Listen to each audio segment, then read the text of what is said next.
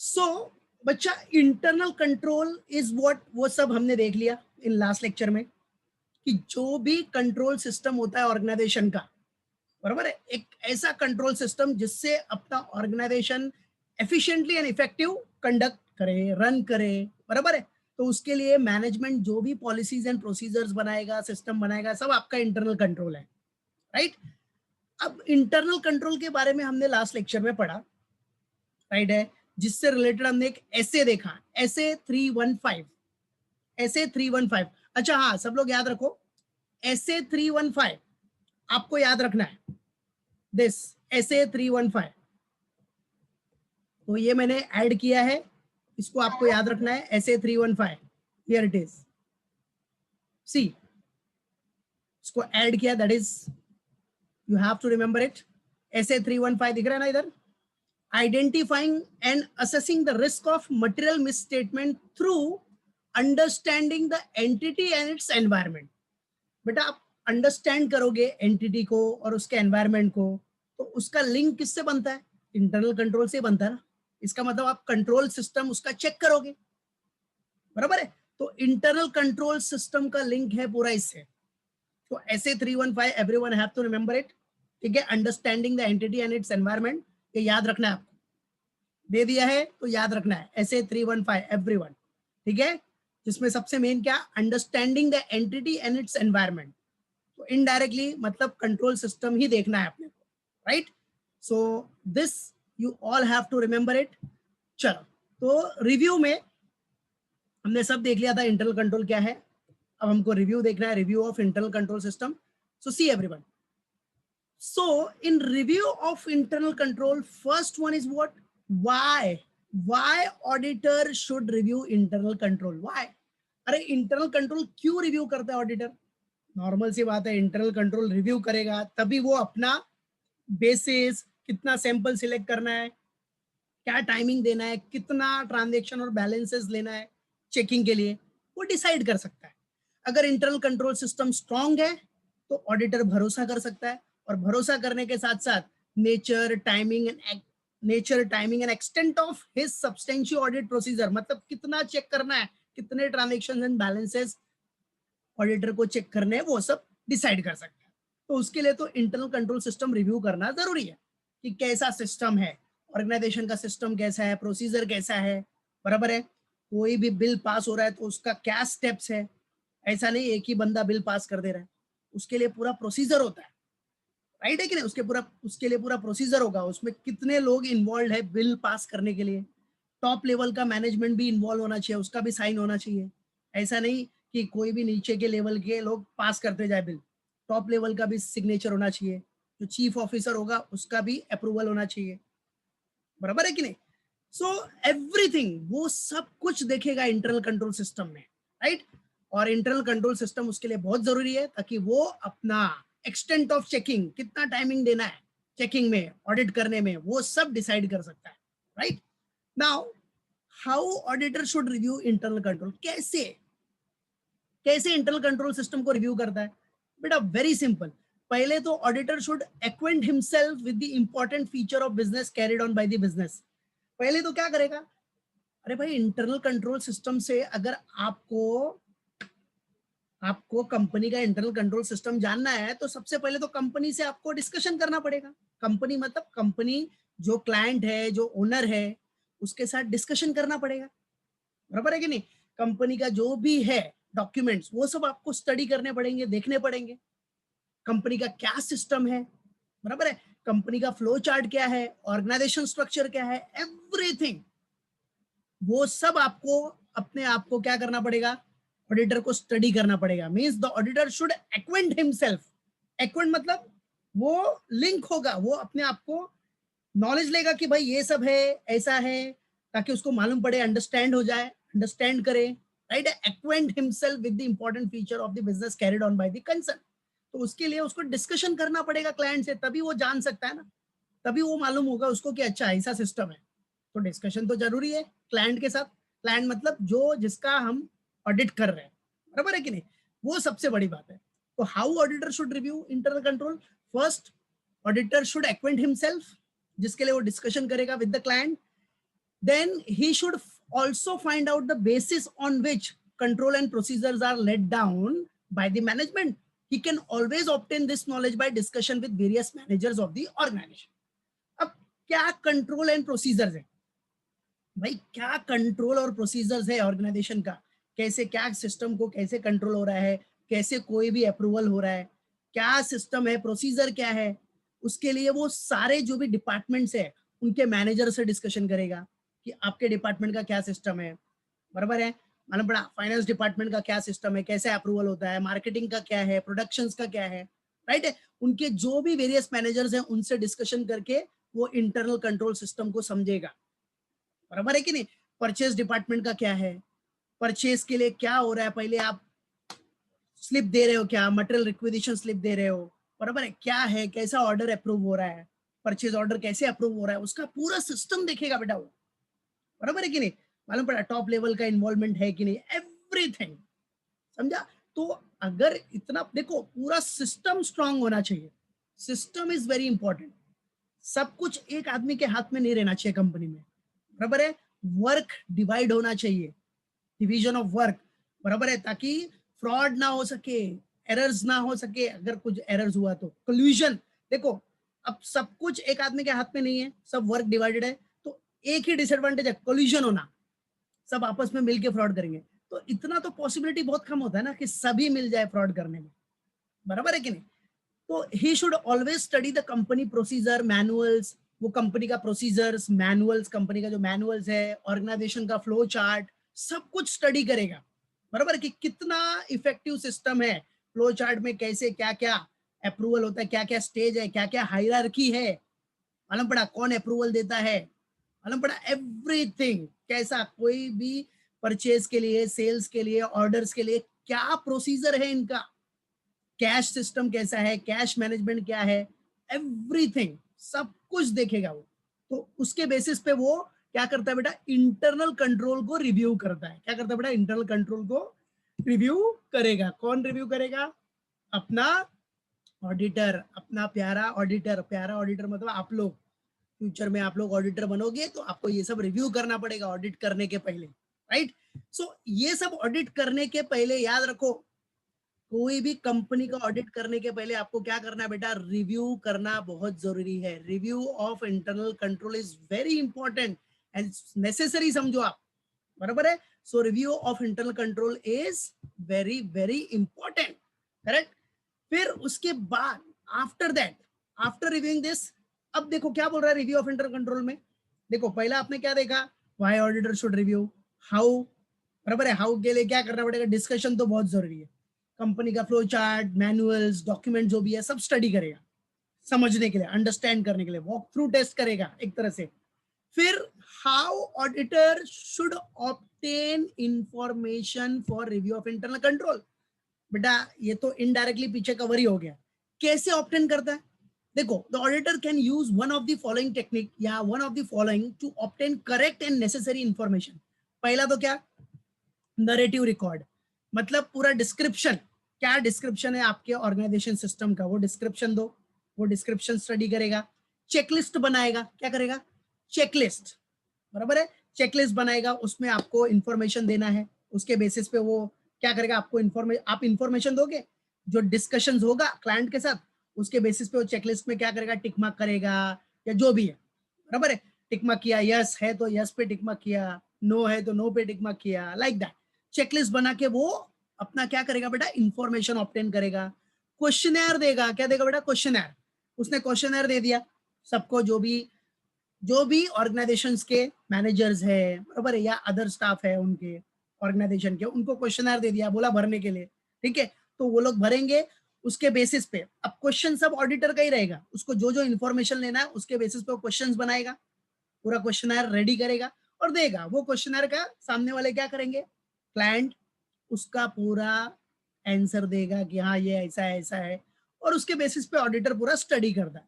तो ये सब एक तरह से एक टेक्निक समझो, बराबर है, कि इस टेक्निक से वो इंफॉर्मेशन ऑब्टेन करता है। फ्लो चार्ट तो देख लिया आपने, फ्लो चार्ट से उसको डायरेक्ट एक बर्ड आई व्यू मिलता है, it gives bird eye view of this system, याद रखने का, ठीक है, एमसीक्यू के लिए इंपॉर्टेंट है, एमसीक्यूज में आ सकता है, राइट है। फ्लो चार्ट गिव्स व्हाट बेटा, bird eye view of the system, पूरे सिस्टम का एक बर्ड आई व्यू मिल जाएगा। फ्लो चार्ट देखा है किसी कंपनी का, बराबर है, उससे आपको पूरा स्ट्रक्चर, ऑर्गेनाइजेशन स्ट्रक्चर, मैनेजमेंट पढ़ा होगा ना, मैनेजमेंट कॉमर्स, कॉमर्स सब्जेक्ट है जो आपका थियरी सब्जेक्ट, उसमें आपको मिलेगा फ्लो चार्ट, कैसा पूरा फ्लो चार्ट है, पूरा सिस्टम कैसा है, उससे आप पूरा अंडरस्टैंड कर सकते हो, बराबर है कि नहीं, कौन कौन से मैनेजर है, उनके नीचे कौन है, कौन से डिपार्टमेंटल हेड्स है, कौन है सुपरवाइजर, एवरीथिंग, कैसा पूरा सिस्टम आप समझ जाओगे, समझा। सब एक आदमी के हाथ में पूरा कंट्रोल नहीं रहेगा, सब बाइफरकेशन हो जाता है, समझा कि नहीं, सब पूरा वर्क डिवाइड होता है बेटा। हाँ, कंट्रोलिंग का एक प्रोसीजर होता है, तो वही सब उसको स्टडी करना है कि कितना स्ट्रॉन्ग इंटरनल कंट्रोल सिस्टम है। कहीं अगर वीक रहेगा, सिस्टम वीक है, तो नॉर्मल सी बात है, एरर्स एंड फ्रॉड्स के ज्यादा चांसेस है, more chances are there, right? So these all are very important, so remember it. How auditor should obtain information for review of internal controls? Through narrative records, that is complete and exhaustive description से, checklist, questionnaire and flow chart, ये चारों सबको याद रखना है बेटा। How auditor should obtain information for review of internal control? That is narrative record, checklist, questionnaire and flow chart. Got it? So ये सबके माइंड में क्या होना चाहिए, फिक्स होना चाहिए, बराबर है। कौन कौन सा बोलो, yes. So we have seen about the internal control. Now आखिर इंटरनल कंट्रोल का एडवांटेजेस क्या है, जो रिव्यू करता है बेटा, रिव्यू ऑफ इंटरनल कंट्रोल का एडवांटेज क्या है, advantage of review of internal control, ठीक है, मालूम पड़ा। अब जो रिव्यू करता है ऑडिटर इंटरनल कंट्रोल को, उसका क्या एडवांटेज होगा, अरे भाई एडवांटेज ही एडवांटेज है, बराबर है कि नहीं, पूरा सिस्टम स्टडी करेगा तो ही वो अपना ऑडिट इफेक्टिव बना सकता है, तो there are so many advantage for the auditor, ठीक है, मालूम पड़ा। तो पहला देखो, सबसे फर्स्ट सी, फर्स्ट एडवांटेज क्या दिया अपने को, ध्यान से देखना। पहला तो whether errors and frauds are likely to be located in the ordinary course of operation of the business. देखो, अगर वो रिव्यू नहीं करेगा तो उसको पता ही नहीं चलेगा कि इंटरनल कंट्रोल वीक है कि स्ट्रांग है। अब इंटरनल कंट्रोल वीक होगा तो इसका मतलब क्या हुआ कि एरर्स एंड फ्रॉड्स का चांसेस ज्यादा रहेगा। तो ये सब उसको रिव्यू ऑफ इंटरनल कंट्रोल से ही इनेबल होगा, means review of internal control will enable the auditor, will enable the auditor to know whether errors and frauds are likely to be located, बराबर है। वीक रहेगा तो इजीली लोकेट हो जाएगा उसको errors and frauds, ऐसा है, वो आराम से एरर्स एंड फ्रॉड्स पकड़ सकता है, क्योंकि उसको पता है कि भाई इंटरनल कंट्रोल सिस्टम वीक है तो एरर्स या फ्रॉड्स तो कॉमन है, इधर होना ही है, बराबर है कि नहीं, नॉर्मली होता ही है फिर, राइट। हाँ, स्ट्रॉन्ग इंटरनल कंट्रोल सिस्टम है तो नॉर्मल सी बात है, उसको मालूम पड़ेगा कि एरर्स एंड फ्रॉड्स के चांसेस बहुत कम होंगे, राइट। फिर ये क्या हेल्प करेगा बेटा, whether an adequate internal control system is in use. भाई इससे तो ऑडिटर को यही मालूम पड़ेगा ना, रिव्यू करेगा इंटरनल कंट्रोल सिस्टम, तो उसको ये मालूम पड़ेगा कि कंट्रोल सिस्टम कैसा है कंपनी का, वो प्रॉपर यूज में है कि नहीं, बराबर है, मालूम पड़ा मैनेजमेंट ने प्रॉपर कंट्रोल सिस्टम प्लान किया है कि नहीं, दैट्स इट। और इससे क्या होगा, इफेक्टिव इंटरनल ऑडिट डिपार्टमेंट। देखो, अब इंटरनल कंट्रोल रिव्यू करने से ऑडिटर को यह मालूम पड़ेगा कि कंपनी में भी इंटरनल ऑडिट डिपार्टमेंट ऑपरेट कर रहा है कि नहीं। कंपनी का जो इंटरनल ऑडिट, मतलब कंपनी के जो सीए है जो ऑडिट करते हैं उसको बोलते हैं इंटरनल ऑडिट, वो इंटरनल ऑडिट करेंगे।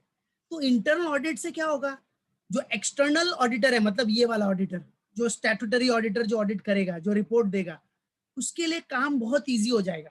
वो रिलायंस कर सकता है कि भाई इंटरनल ऑडिट डिपार्टमेंट है, इसकी वजह से मेरा काम बहुत कम हो गया, बराबर है, मालूम पड़ा। वो एक्सटेंट ऑफ चेकिंग अपनी कम कर सकता है, सैंपल कम लेके अपना रिपोर्ट दे सकता है, तो देखेगा whether an effective internal audit department is operating और नॉट। तो ये सब यार इंटरनल कंट्रोल रिव्यू करेगा तो ही मालूम पड़ेगा ना उसको, है कि नहीं, कि weather internal audit department is operating. फिर क्या बोल रहा है, whether any administrative control has bearing on his work, ये भी पहले पढ़ा, एडमिनिस्ट्रेटिव कंट्रोल है क्या। जैसे example, if the control over worker recruitment and enrolment is weak, there is likelihood of dummy names being included in the wages sheet and this is relevant for the auditor। अब देखो admin control कैसा है बेटा, admin control, operational control, ये सब क्या है, ये सब कंट्रोल सिस्टम है, इंटरनल कंट्रोल सिस्टम है। तो जब उसको रिव्यू करेगा तो देखेगा कि एडमिनिस्ट्रेटिव कंट्रोल सिस्टम कैसा है, अगर आपका एडमिन कंट्रोल सिस्टम वीक है तो क्या होगा, समझो वर्कर का रिक्रूटमेंट हो रहा है या एनरोलमेंट हो रहा है, तो अगर ये system admin control system administrative control system weak है तो क्या कर सकते हो आप, डमी वर्कर्स भी बना सकते हो। डमी वर्कर्स बना के डमी सैलरी पे करके, बराबर है, आप अपना प्रॉफिट कम दिखाओगे, और प्रॉफिट कम दिखाओगे तो अल्टीमेटली क्या होगा, टैक्स बचेगा आपका। तो ये सब आप कर सकते हो। अगर ये एडमिन कंट्रोल सिस्टम वीक होगा तो ये चांसेस ज्यादा है, याद रखने का। सो ये सब एडवांटेज किसका है बेटा, रिव्यू ऑफ इंटरनल कंट्रोल का, राइट है। रिव्यू करेगा तो ही उसको ये सब मालूम पड़ेगा, तो इसके बेसिस पे क्या करेगा, बराबर है। अब वो वेजेस शीट, सैलरी जो वेज शीट है, पेरोल है, उसमें उसने दिखा दिया डमी वर्कर्स करके, तो ऑडिटर क्या कर सकता है, अपना एक्सटेंट ऑफ चेकिंग बढ़ा सकता है कि भाई ये सब में मुझे ज्यादा चेक करना पड़ेगा, ये एम्प्लॉइज है कि नहीं, ये पेमेंट किधर जा रहा है, ऐसे नाम का तो कोई एम्प्लॉय नहीं है। तो ये सब ऑडिटर के लिए बहुत इंपॉर्टेंट है, इससे वो एरर्स एंड फ्रॉड्स डिटेक्ट कर सकता है इजीली, समझे कि नहीं। तो दिस इज व्हाट एडवांटेजेस। फिर नेक्स्ट एडवांटेज क्या है बेटा, देखो नेक्स्ट एडवांटेज में आपको दिया है, ध्यान देना, इंटरनल कंट्रोल सिस्टम रिव्यू करने का नेक्स्ट एडवांटेज क्या है, weather the controls adequately safeguarded the assets. अब अगर आपका इंटरनल कंट्रोल सिस्टम स्ट्रांग रहेगा तो आपके ऑर्गेनाइजेशन के जो भी असेट्स है वो भी सेफगार्ड होंगे, बराबर है। ऐसा नहीं कि बहुत सारे एसेट डायरेक्ट, जो डायरेक्टर है वो अपने पर्सनल यूज में ही ले रहे हैं, जो कंपनी के एसेट्स है वो डायरेक्टर अपने पर्सनल यूज में ही लेके जा रहा है, ऐसा नहीं, ऐसा नहीं होना चाहिए। तो आपका कंट्रोल सिस्टम स्ट्रांग रहेगा तो असेट्स, जो ऑर्गेनाइजेशन के असेट्स है वो भी सेफगार्ड होंगे। सेफगार्ड होंगे मतलब वो कंपनी के यूज के लिए ही होंगे, याद रखना। पर्सनल यूज होगा तो उसका भी पूरा एंट्री होता है, ट्रीटमेंट होता है, वो सब होना चाहिए, बराबर है। तो असेट्स प्रॉपरली और एडिक्वेटली सेफगार्डेड है कि नहीं वो भी उसको मालूम पड़ेगा, किसको, ऑडिटर को। तो ये सब एडवांटेज किसका है, रिव्यू ऑफ इंटरनल कंट्रोल का। देन क्या बोल रहा है, how far and how adequately the management is discharging its functions in so far for correct recording of transactions। बेटा इंटरनल कंट्रोल सिस्टम रिव्यू करोगे तो आपको ये भी मालूम पड़ेगा कि ट्रांजेक्शन टाइम पे रिकॉर्ड हो रहा है कि नहीं, मैनेजमेंट ने क्या क्या स्टेप्स लिया है, मैनेजमेंट ने क्या क्या स्टेप्स लिया, मतलब ट्रांजेक्शन्स रिकॉर्ड करने के लिए उनके कितने स्टाफ्स है, कितने बुक कीपर है, अकाउंटेंट है, कि जब भी ट्रांजेक्शन होगा करेक्ट रिकॉर्डिंग है कि नहीं, प्रॉम्प्टली रिकॉर्ड हो रहा है कि नहीं, राइट है। ट्रांजेक्शन अकर हुआ तो तुरंत रिकॉर्डिंग होना चाहिए, राइट, करेक्ट रिकॉर्डिंग होना चाहिए। तो उसके लिए मैनेजमेंट ने क्या स्टेप्स लिया है, क्या मैनेजमेंट का फंक्शंस है, सब कुछ देखेगा। तो यही सब तो है इंटरनल कंट्रोल सिस्टम, बराबर है। अभी ट्रांजेक्शन अकर हुआ तो फटाफट एंट्री करना चाहिए, जो भी अकाउंटेंट है उसको एंट्री फटाफट करनी चाहिए, बराबर है। तो वो सब पूरा पूरा कंट्रोल सिस्टम देखेगा, वो ट्रांजेक्शन्स का भी स्टेप्स क्या है, कैसे अप्रूवल हुआ है, कौन एंट्री कर रहा है, कौन पास कर रहा है उसको, एवरीथिंग, तो सब रिकॉर्डिंग होना चाहिए। तो ये पूरा आपका सिस्टम है, इसको बोलते हैं कंट्रोल सिस्टम स्ट्रांग होना। तो वो पूरा रिव्यू कर सकता है कि करेक्ट रिकॉर्डिंग हो रहा है कि नहीं। फिर what are the areas where control is weak and where it is excessive. अब रिव्यू ऑफ इंटरनल कंट्रोल से उसको ये भी मालूम पड़ेगा कि ऐसे कौन से एरिया है जहां इंटरनल कंट्रोल सिस्टम वीक है, बराबर है। ऐसा कौन सा सिस्टम है जहां इंटरनल कंट्रोल सिस्टम वीक है और जहां ज्यादा है, जहां ज्यादा ही कंट्रोल सिस्टम है। तो वो सब भी उसको अंडरस्टैंड करने में हेल्प होगा, किसको, ऑडिटर को। सो ये सब एरियाज है where control is weak and where it is excessive, बराबर है। अब कोई भी बिल, समझो कुछ भी ऑर्गेनाइजेशन को परचेज करना है, प्रिंटर खरीदना है, तो एक ही बंदा, वही अकाउंटेंट डायरेक्टली बोल रहा है हाँ हाँ हो गया खत्म, प्रिंटर खरीद लो, ये इसका मतलब क्या, कंट्रोल सिस्टम वीक है, बराबर। वो पूरा स्टेप होना चाहिए, प्रोसीजर होना चाहिए। पहले क्या, ऑर्डर ऑर्डर प्लेस होना चाहिए, बराबर, ऑर्डर प्लेस करने वाला बंदा कोई और रहेगा, बराबर है। सैंक्शन होना चाहिए, अकाउंटेंट, फिर उसके बाद पास, अकाउंटेंट का अप्रूवल आएगा, ठीक है चलो ओके हम पास कर सकते हैं। वेरी पूरा एकदम पूरा एक सिस्टम होना चाहिए, एक टॉप मैनेजमेंट का बंदा इन्वॉल्व होना चाहिए कि हाँ ठीक है प्रिंटर की जरूरत है, ये हो गया, ठीक है हम इसको पास करते हैं। तो ऐसा पूरा सिस्टम होना चाहिए, राइट। सो ये सब एरियाज वो देखेगा कि कहाँ control system, internal control system weak है और कहाँ एक्सेसिव है, एवरीथिंग, रिमेंबर इट। तो ये सब एडवांटेज किससे मिलेगा उसको, रिव्यू ऑफ इंटरनल कंट्रोल से, रिव्यू ऑफ इंटरनल कंट्रोल से ही मिलेगा रे बच्चा। फिर व्हाट शुड बी, क्या बेटा, what would be appropriate audit technique and the audit procedure in the given circumstances।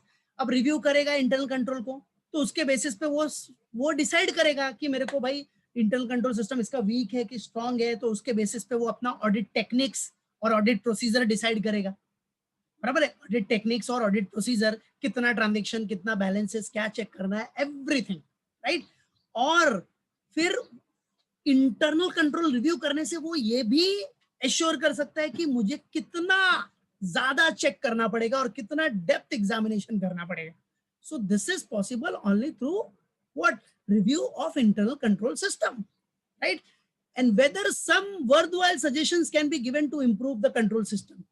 और review of internal control system करेगा, सब रिव्यू किया तो देखा हाँ भाई इधर इधर इसका लैकुना है, इधर इस सिस्टम की कमी है, यहाँ ये सिस्टम क्या है, वीक है, तो वो सजेशन दे सकता है, मैनेजमेंट को सजेस्ट करेगा भाई आपका इंटरनल कंट्रोल सिस्टम इधर वीक है, जरा इस पे ध्यान दो, यहाँ एरर्स एंड फ्रॉड्स के चांसेस बहुत ज्यादा है, तो सजेस्ट भी करेगा वो। So these all are the advantages of review of internal controls, याद रखना। तो review of internal control is very important, याद रखना। ये सब आपका understanding the entity and its environment से रिलेटेड है, समझा कि नहीं।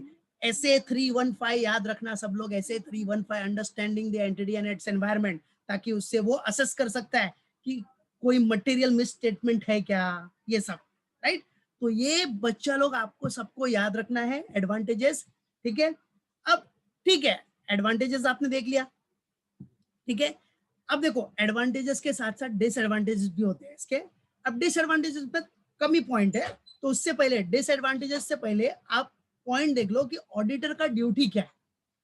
What are the duties of auditor regarding what, review of internal control, बराबर है, उसका क्या ड्यूटी है। उसके बाद हम लोग डिसएडवांटेज मतलब लिमिटेशंस देखेंगे। तो देखो क्या है बेटा, सी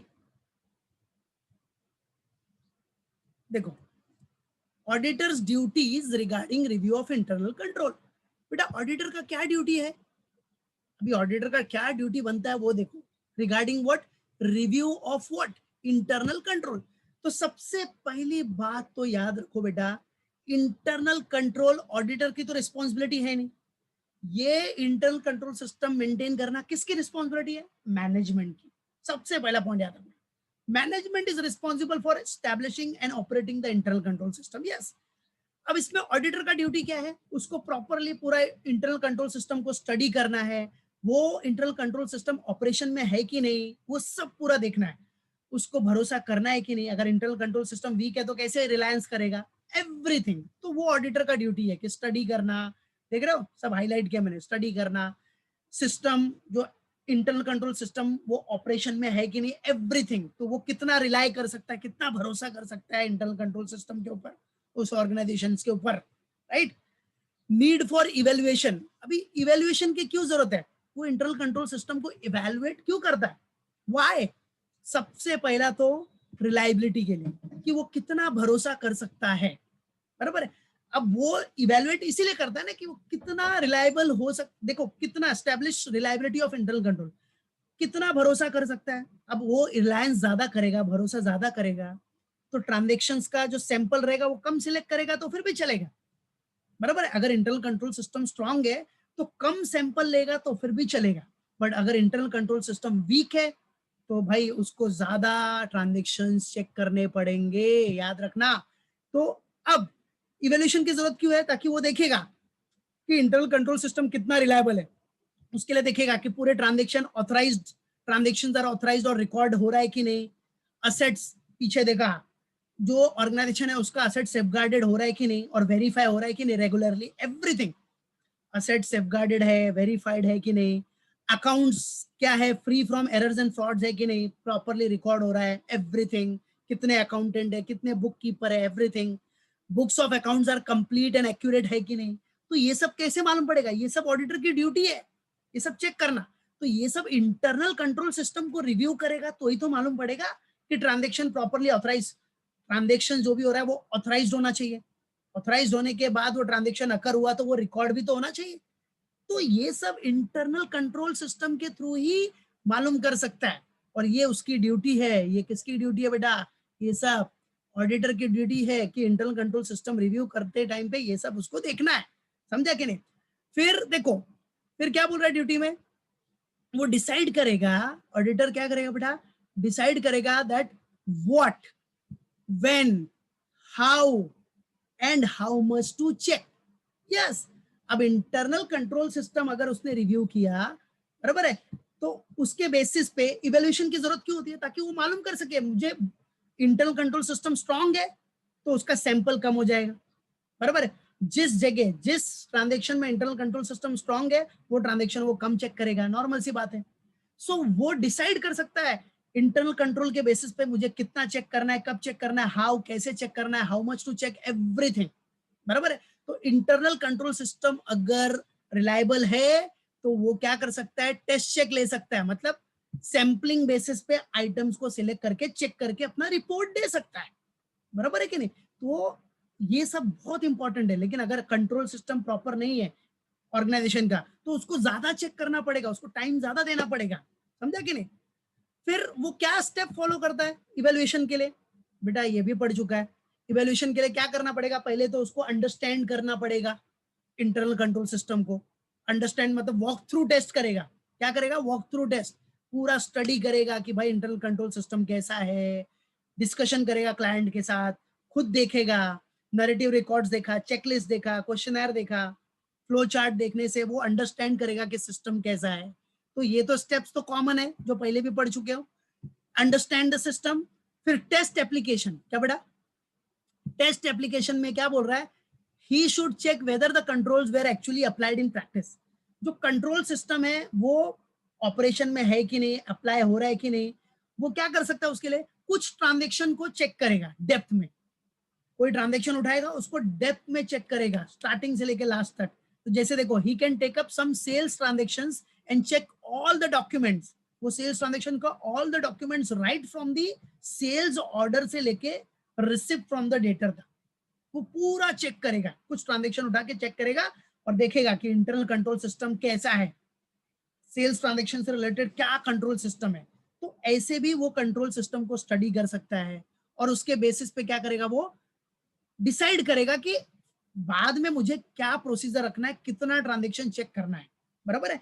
तो उसके बेसिस पे अगर ये सब सिस्टम स्ट्रांग है, इंटरनल कंट्रोल सिस्टम स्ट्रांग है, तो क्या करेगा वो फिर जजमेंट ले सकता है ना कि भाई मेरे को कितना आगे चेक करना है, क्या सैंपल सिलेक्ट करना है, उसके हिसाब से वो भरोसा कर सकता है, बराबर है कि नहीं।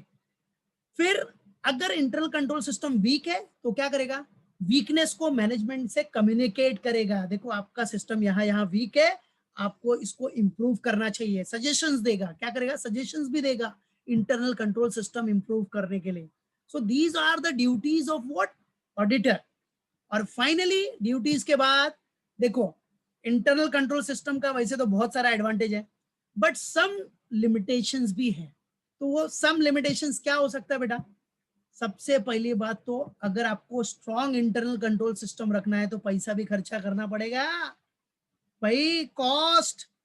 आप अच्छा इंटरनल कंट्रोल सिस्टम रख रहे हो, उतने स्टाफ चाहिए, उतना आपको रिसोर्सेस चाहिए, बराबर, तो उसके लिए कॉस्ट लगता है भाई, खर्चा लगता है। तो सबसे बड़ी बात है, सबसे बड़ा लिमिटेशन है कॉस्ट। ह्यूमन एरर, देखो a control procedure may not prove effective, क्या बेटा, अ कंट्रोल, जो कंट्रोल प्रोसीजर है मे नॉट प्रूव इफेक्टिव, बराबर है, effective due to human errors. बेटा अगर ह्यूमन एरर है तो फिर कोई रोक नहीं सकता, जैसे carelessness of employ, misunderstanding of instructions and wrong judgements. तो ये सब तो भाई कॉमन थिंग है, तो उसमें गलतियां, एरर्स तो होती हैं, बराबर। तो ह्यूमन एरर को तो कोई कंट्रोल नहीं कर सकता, बट हम ये है कि अपना इंटरनल कंट्रोल सिस्टम स्ट्रांग रख के प्रॉपरली रिव्यू करके ये एरर्स को भी कंट्रोल कर सकते हैं, ऐसा है। बट आपका एक तरह से ये भी एक लिमिटेशन है, याद रखो, ह्यूमन एरर। कोल्यूशन, सब लोग मिल गए फ्रॉड करने के लिए, तो ये भी पॉसिबिलिटी बहुत कम होती है लेकिन कुछ कुछ जगह पे होती है, तो इसलिए लिमिटेशंस का पॉइंट आ गया, जैसे ह्यूमन एरर, कोल्यूशन। भाई ह्यूमन एरर तो सुना है ना, गलती इंसान से ही होती है, भाई कितना भी बड़ा स्मार्ट हो जाए कहीं ना कहीं तो गलती करता ही है वो भी, राइट। सो कोल्यूशन, राइट, मालूम पड़ा कि नहीं। तो if even if duties are divided among different employees they may collude, सब मिल गए आपस में यार फ्रॉड करेगा तो फिर क्या कर सकते हैं, ऐसा है। Misuse, an employee responsible for a particular function may misuse his authority। अब देखो, अगर एम्प्लॉय को आपने कोई पर्टिकुलर फंक्शंस दिया है, कोई पर्टिकुलर फंक्शंस मतलब मेन बनाया है, तो वो अपनी अथॉरिटी का मिस यूज कर सकता है, कर सकता है। तो ये भी एक लिमिटेशंस है। मैनिपुलेशन भी कर सकता है management, manipulation and miss appropriation bye top management. अब टॉप मैनेजमेंट ही यार पूरा इन्वॉल्व है मैनिपुलेशन और मिस अप्रोप्रिएशन करने में, तो भाई इंटरनल कंट्रोल सिस्टम का जो वेरी पर्पस है वो फुलफिल नहीं होगा। अब उसमें छोटा बंदा क्या करेगा यार, नीचे वाले क्या करेंगे? वो टॉप मैनेजमेंट बोलेगा भाई तेरे को करने का है कि नहीं काम, तो जैसा मैं बोल रहा हूँ वैसा कर, तो क्या करेगा? अब जो टॉप मैनेजमेंट है उसने बोल दिया देख मैंने जो बोला वैसा फॉलो कर, जॉब पे रहना है कि नहीं, तेरे को काम करना है कि नहीं, तो कोरोना का टाइम है जॉब से निकाल दूंगा तो याद रखना, समझा कि नहीं? मालूम पड़ा? तो फिर वो क्या बोलेगा, ठीक है सर ओके। तो क्या कर सकते हैं वो, जब टॉप मैनेजमेंट ही इन्वॉल्व है तो क्या कर सकते हैं? नीचे वाले जो है वो लोअर लेवल के मैनेजमेंट, जो लोअर लेवल के हैं बंदे, वो फिर कुछ नहीं कर पाएंगे, बराबर है? उनके पास कोई ऑप्शन नहीं है, तो फिर क्या करेंगे? ठीक है अब जैसा उन्होंने बोला है वैसे करते हैं वो, राइट? सो ये सब चीज आपको याद रखनी है, लिमिटेशंस, राइट? तो ये सब हमने रिव्यू कर लिया, लिमिटेशंस भी देख लिया, cost, human error, collision, misuse, manipulation by management, ठीक है? फिर हमने क्या देखा, ऑडिटर्स का ड्यूटीज भी देख लिया। पॉइंट याद रखो सब लोग, auditors duties regarding review of internal control is what? सबसे पहला तो याद रखना ये रिस्पॉन्सिबिलिटी किसका है? मैनेजमेंट का। फिर ऑडिटर का ड्यूटी देखा आपने, study the system, system operation में है कि नहीं, इवेल्युएशन की जरूरत आपने देखी, क्या है नीड फॉर इवेल्युएशन, रिलायबल, देखो establish reliability of internal control के लिए भाई इवेल्युएशन करना पड़ेगा कि ट्रांजेक्शन सब रिकॉर्ड हो रहा है कि नहीं, प्रॉपरली रिकॉर्ड हो रहा है कि नहीं, टाइम पे रिकॉर्ड हो रहा है कि नहीं, एवरीथिंग। और रिव्यू क्यों करता है बेटा? ऑडिटर का ड्यूटी क्या है? ताकि वो डिसाइड कर सके what, when, how and how much to check, बराबर है कि नहीं? उसके लिए वो स्टेप्स भी फॉलो करता है इवेल्युएशंस के, वो अंडरस्टैंड करता है पूरा सिस्टम को, वॉक थ्रू टेस्ट करेगा, पूरा अंडरस्टैंड करेगा सिस्टम को। तो देख रहे हो, understanding the environment, understanding the entity and its environment, तो रिलेटेड हो गया ना SA 315। तो everyone have to remember it, SA 315, बराबर है? तो ये सब आपका पॉइंट है याद रखने का, understand the system, test application लेगा, सिस्टम को इवेलुएट करना, कुछ वीकनेस रहेगा तो क्या करेगा बेटा? कम्युनिकेट करेगा। तो ये सब हमने रिव्यू किया, तो अच्छे से सबको क्या करना है बेटा? रिव्यू करना है उसको, बराबर है?